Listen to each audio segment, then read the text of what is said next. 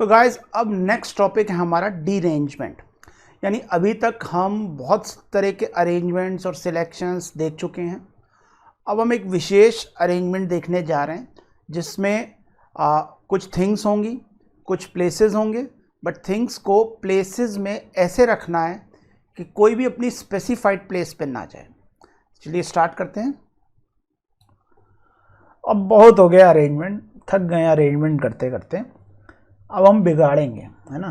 नाम है डीरेंजमेंट यानी डी अरेंजमेंट। मान लीजिए आपके पास n डिफरेंट थिंग्स हैं और उनके n स्पेसिफाइड प्लेसेस हैं।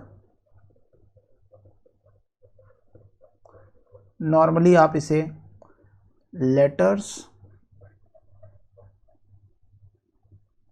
और प्लेसेस को हम एनवलप्स कह सकते हैं। जैसे मान लीजिए कि n लेटर्स को हमें n एनवलप्स में ऐसे अरेंज करना है कि एक भी लेटर अपने सही एनवलप में ना जाए। तो हमें नंबर ऑफ वेज निकालने हैं, number of ways of arrangement such that no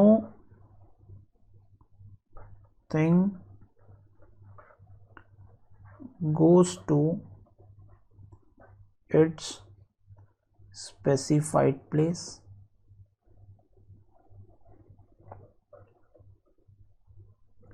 तो इसे हम dn से डिनोट करते हैं और फॉर्मूला होता है n factorial 1/0 factorial minus 1/1 factorial plus 1/2 factorial minus 1/3 factorial 1/4 factorial and so on, और चलते हुए लास्ट में -1 की power n into 1/n factorial. अब ध्यान से देखें कि 0 और 1 वाला जो है ये आपस में कट रहे हैं। तो यानी आप अगर कभी भी n फैक्टोरियल, तो फॉर्मूले की स्टार्टिंग आप यहाँ से भी कर सकते हैं। 1/2 फैक्टोरियल 1/3 फैक्टोरियल माइनस में 1/4 फैक्टोरियल प्लस में 1/5 factorial and then so on, then -1 की power n 1/n factorial. But अब जब ये फॉर्मूला लगा रहे हैं तो n की वैल्यू आप 2 या 2 से ज़्यादा रखिए। वैसे भी आप ये सोचिए d0, अगर होल नंबर के लिए मैं इसको डिफाइन भी करूँ तो ये 0 फैक्टोरियल, तो फॉर्मूला यहीं तक आएगा, तो d0 1 होगा। वैसे इस बात का सिग्निफिकेंस क्या है कि भाई 0 एनवलप है, उसको 0 लेटर्स को 0 एनवलप में रखना है। तो क्या करना है, कुछ नहीं करिए, चुपचाप खड़े रहिए, एक ही तरीका है। देन अगर हम बात करें d1, एक लेटर को एक एनवलप में गलत तरीके से रख के बताओ, तो नंबर ऑफ वेज क्या हो गए, 0 नहीं रखा जा सकता। अगर एक ही लेटर है और एक एनवलप है तो गलत तरीके से हम नहीं रख सकते।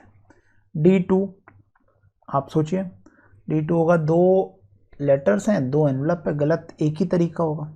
तो अगर आप इस फॉर्मूले से देखें तो 2 से शुरुआत कर रहे हैं हम, तो यहाँ जब 2 फैक्टोरियल रखेंगे तो ये फॉर्मूला यहीं एंड हो जाएगा, बस 2 फैक्टोरियल बाहर और 1/2 फैक्टोरियल अंदर। ऐसे अगर हम d3 निकालें तो ये आ जाएगा 3 फैक्टोरियल और अंदर आ जाएगा 1/2 फैक्टोरियल माइनस 1/3 फैक्टोरियल, और सॉल्व करने पे ये आ जाएगा 6 divided by 2, that means 3 minus 1, ये 2 आ जाएगा। ऐसे d4 याद कर लो 9 होता है और d5 44 होता है, तो ये कम से कम 5 तो याद होने ही चाहिए। अब इसका हम प्रूफ करेंगे। प्रूफ ऑफ डीरेंजमेंट यूजिंग पाई। पाई मतलब principle of inclusion and exclusion. n letters हैं, उसके n एनवलप्स हैं, और हम कुछ प्रॉपर्टीज मान लेते हैं। मान लो प्रॉपर्टी A1 मानी कि letter 1 goes to its specified envelope, letter 2 goes to its specified envelope, A2 मान लिया, और letter n goes to its specified envelope, ये an मान लिया। ये हमें नहीं लेना है, यानी हमें निकालना क्या, हमें निकालना n of A1 bar intersection A2 bar intersection A3 बार और इंटरसेक्शन AN बार, यानी n ये बार वाला n मतलब cardinal number of these properties all together, यानी बार का मतलब होता है कि ये नहीं होना चाहिए। अब हमें डी मॉर्गन्स लॉ याद है कि ये बार सब में डिस्ट्रीब्यूट हो जाएगा, ये बार पूरे पे लग जाएगा और इंटरसेक्शन किस में बदल जाएगा, यूनियन में। जैसे हमने याद होगा आपको टुक टुक करके एक क्वेश्चन किया था, बिल्कुल वैसी ही बात है ये।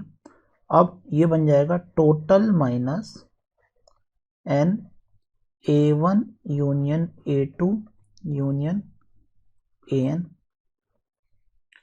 अब इसकी वैल्यू रखते हैं। टोटल का मतलब n लेटर्स n एनवलप्स, तो कितनी तरह से परम्यूट होगा, n फैक्टोरियल, और ये आ जाएगा सिग्मा NA1 या सिग्मा NA1, इसमें कितने टर्म्स होंगे, NC1 terms minus NA1 intersection A2, दो दो करके ले रहे हैं तो NC2 टर्म्स होंगे, plus NA1 intersection A2 intersection A3, इसमें NC3 टर्म्स होंगे, और ऐसे ही कहानी चलती रहेगी। और लास्ट में आ जाएगा -1 की power n NA1 intersection A2 intersection AN। ध्यान रहे कि ये एक बाहर माइनस लगा तो यहाँ पे ये n पे कोई फर्क पड़ेगा, तो ये आ गया n फैक्टोरियल, और ये आ जाएगा ऐसे NC1 टर्म्स। अब आप सोचिए letter 1 goes to its specified envelope, वो तो चला गया, बचे हुए जो लेटर्स हैं वो क्या n-1 फैक्टोरियल से परम्यूट होंगे। अब यहाँ पे प्लस आ गया, ये NC2 है, ऐसे दो लेटर्स तो अपने स्पेसिफाइड प्लेसेस पे चले गए, बाकी तो n-2 फैक्टोरियल से परम्यूट होंगे, और ऐसे कहानी माइनस प्लस, अब ये माइनस आएगा, और लास्ट में आप ध्यान दीजिएगा ये -1 की पावर n, और ये आ जाएगा n को अगर n प्लेस पे जाना है तो ये आ जाएगा NCN इंटू 1, एक ही तरीका होगा। अब इसमें से क्या करते हैं, n फैक्टोरियल माइनस, ये भी क्या बन गया n फैक्टो, इसको NC1 को आप तोड़ देंगे, n factorial upon n-1 factorial into 1 factorial, तो n अपॉन 1 फैक्टोरियल आ जाएगा। फिर आप इसको भी तोड़ लेंगे, NC2 क्या होता है, n factorial upon n-2 factorial, n-2 factorial cut जाएगा, ये n फैक्टोरियल बाय 2 फैक्टोरियल बचेगा, प्लस सो ऑन, और लास्ट में -1 की power n into n factorial upon n factorial कह सकते हैं आप इसे। इन सब में n फैक्टोरियल हमने कॉमन ले लिया, तो n फैक्टोरियल कॉमन लेने से ब्रैकेट बचा 1/0 factorial minus 1/1 factorial plus 1/2 factorial. ध्यान दीजिएगा इवन नंबर के साथ प्लस आ रहा है और ऑड नंबर के साथ माइनस आ रहा है, तो यहाँ पे जब आपने यहाँ पे आपको n-1 लिखना चाहिए था, यहाँ पे आपको n-1 लिखना चाहिए था, अब ये -1 की पावर n बन गया, और डॉट डॉट डॉट ये आ जाएगा -1 की पावर n इंटू अपॉन में n फैक्टोरियल। यही डिरेंजमेंट का फॉर्मूला है, प्रूफ हो गया। चलिए अब एक क्वेश्चन देखते हैं, लिखा है find the number of 1-1 functions defined as FA2A, यानी ए सेट के एलिमेंट्स को ए सेट के एलिमेंट से ही कनेक्ट करना है इस तरह से कि फंक्शन 1-1 रहे, मतलब 1 value will be connected to 1 value. वैसे भी हमें याद है मैनी टू 1 हो सकता है, बट 1 टू मैनी फंक्शन ही नहीं होता, तो यहाँ पे 1 to 1 ही रखना है अपने को, ठीक है। तो 5 एलिमेंट्स को मैं 5 एलिमेंट्स में ऐसे कनेक्ट कराना है कि Fi की वैल्यू i के इक्वल ना हो। दैट मीन्स अगर ये FA2A अगर हम डिफाइन कर रहे हैं, यानी F1 1 ना आए, F2 2 ना आए, एंड सो ऑन, ऐसे ही F5 5 ना आए। तो यानी कि ऐसा लग रहा है जैसे n लेटर्स को n एनवेलप्स में इस तरह से डालना है कि कोई भी लेटर अपने स्पेसिफाइड एनवेलप में ना आए, इसलिए आंसर होगा यानी number of such functions will be D5 is equal to D5। और आपको बताया था D5 वैसे तो आपने डायरेक्ट याद कर रखा हुआ है, 44 होता है, लेकिन लेटेस्ट चेक कि 1/2 factorial minus 1/3 factorial plus 1/4 factorial minus 1/5 factorial. इसको सॉल्व करें तो 120 ये 1/2 माइनस 1/6 प्लस 1/24 माइनस 1/120। सॉल्व करने पे फर्दर ये आ रहा है 60 minus 20 plus 5 minus 1 and that comes out to be, ये हो जाएगा 44। तो आपने सही याद किया था, D5 44 होता है, यही इसका आंसर है। अब एक और क्वेश्चन देखते हैं। लिखा है there are 8 balls numbered from 1 to 8 and 8 bags numbered from 1 to 8. Find the number of ways of placing these balls into these bags such that each bag contain only one ball.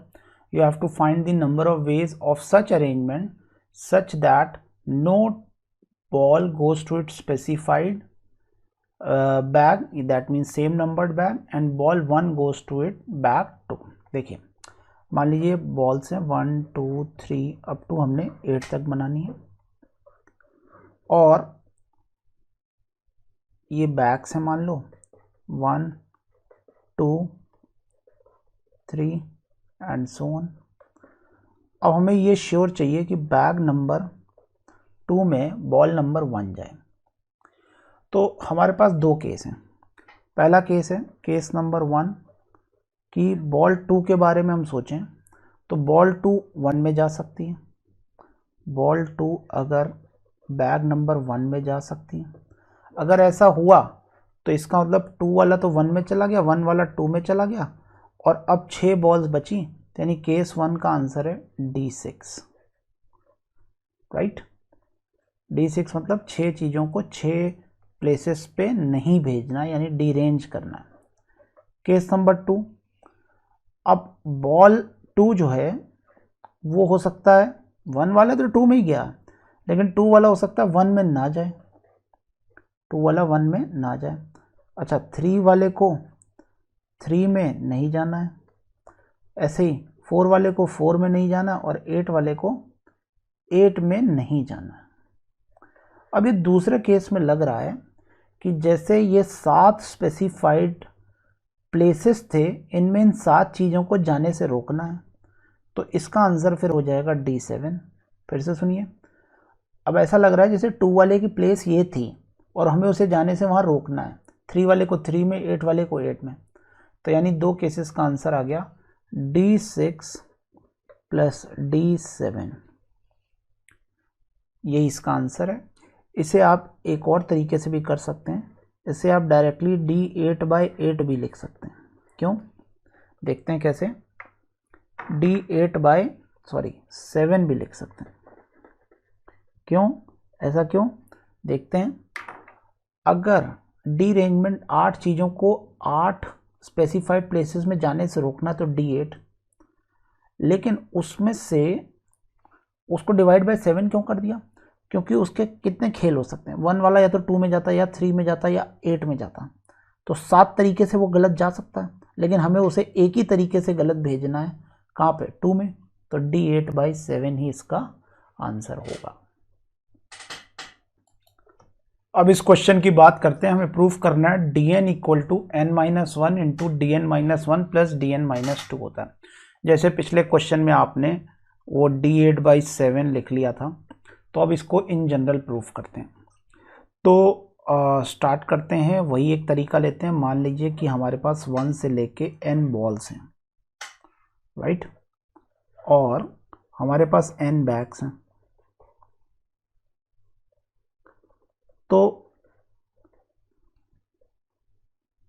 Situation ये है कि 1 वाले ball के बारे में अगर हम सोचें तो हम dn का मतलब क्या है, dn का मतलब है कि 1 वाला बॉल गलत जाए, 2 वाला भी अपने स्पेसिफाइड प्लेस पे ना जाए, तो हम 1 को पकड़ते हैं।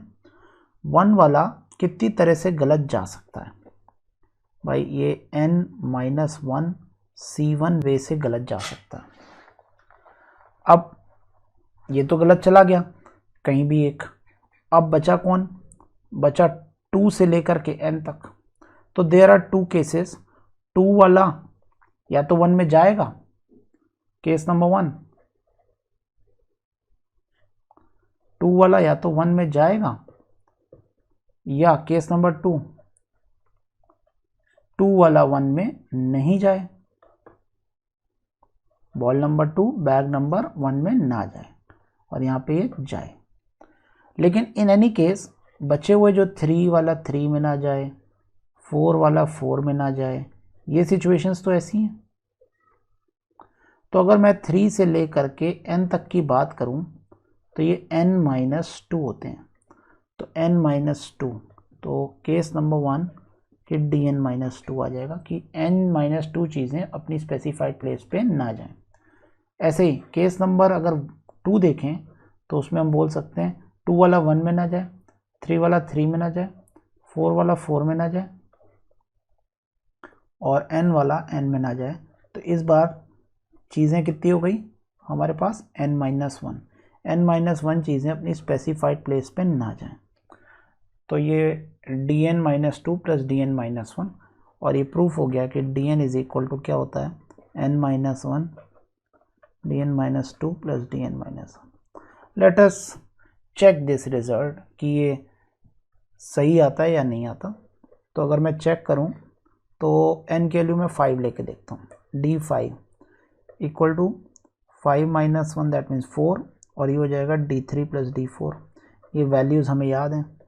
ये वैल्यू होती है d5 की 44, ये 4, d3 हम सभी जानते हैं 2 होता है और d4 9 होता है। तो ये बिल्कुल सही आ रहा है चेक करने पर। आप और भी एग्जांपल्स लगा सकते हैं इसमें और भी वैल्यूज़ के लिए चेक कर सकते हैं।